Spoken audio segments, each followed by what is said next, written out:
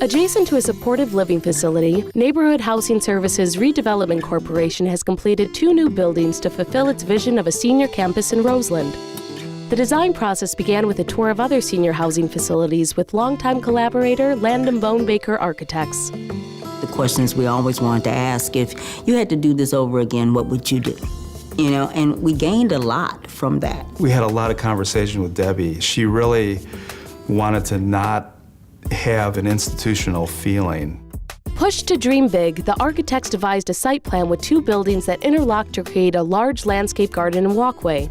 The larger building holds 60 independent living apartments and an unusual amount of social spaces.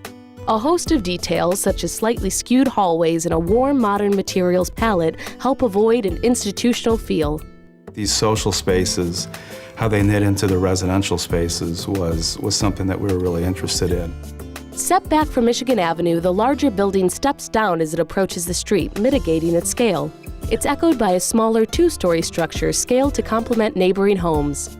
This first-of-its-kind grand family building has 10 apartments for grandparents raising grandchildren. The units are much bigger. They're 3- and 4-bedroom units. And I think one of our main design concerns or ideas was to get light and ventilation from 2 sides. And the positioning of the kitchens in the back allowed the grandparents to be working in the kitchens while their kids were playing in the yard.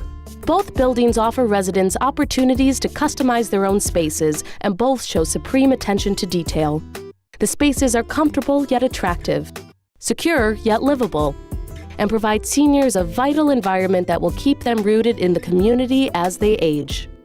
You can be too precious, I think, sometimes. I mean, it's got to be secure and, you know, a warm place, a healthy place, but, you know, like they want to shoot pool and dance and email friends. We like doing interesting architecture, but we also feel like we need to have buy-in with the people that we're designing for. I mean, it makes us feel good when people change their spaces and engage in some of the dialogue with the architecture.